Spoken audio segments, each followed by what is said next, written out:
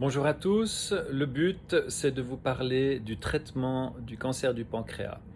Le cancer du pancréas a mauvaise réputation,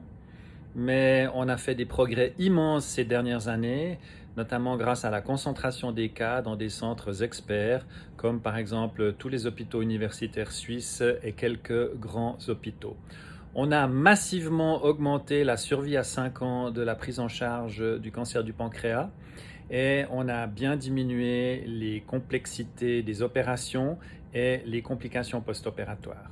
Et en fait, j'aimerais vous parler d'une patiente qui me tient beaucoup à cœur et je vais vous montrer ce tableau que cette patiente est venue m'offrir dans des circonstances que je vais vous raconter dans un instant. Cette patiente qui était adepte des médecines un peu alternatives est venue dans ma consultation avec un cancer du pancréas et elle a voulu connaître toutes les complications possibles et imaginables qu'on peut avoir après une opération du cancer du pancréas, même réalisée dans un centre expert. Et qu'est-ce qui s'est passé?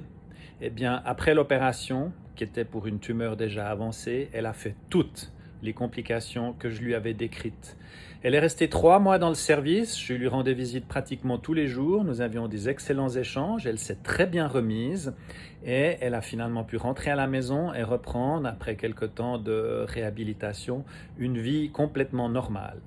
Et le petit tableau que je vous ai montré au début,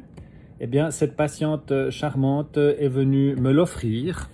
et c'était il y a 4 ans après son opération. Et aujourd'hui, on est bientôt à 6 ans après de cette opération qui était une opération difficile avec beaucoup de complications pour une tumeur avancée, mais tout s'est bien terminé puisque cette patiente a largement survécu avec une très bonne qualité de vie.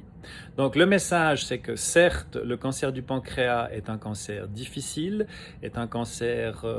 mortel, mais pris à temps, on arrive à offrir à ces patients des traitements multidisciplinaires avec la chirurgie et l'oncologie médicale et de leur offrir aujourd'hui une bonne survie et des bonnes chances d'avoir une qualité de vie excellente après une intervention chirurgicale lourde dans un centre d'experts. Donc le message aux patients, c'est garder espoir et le message aux médecins, c'est ne banalisez pas les premiers symptômes qui sont souvent assez spécifiques et investiguer ces patients pour les faire traiter dans les centres experts avec des bonnes chances de survie et de bonne qualité de vie.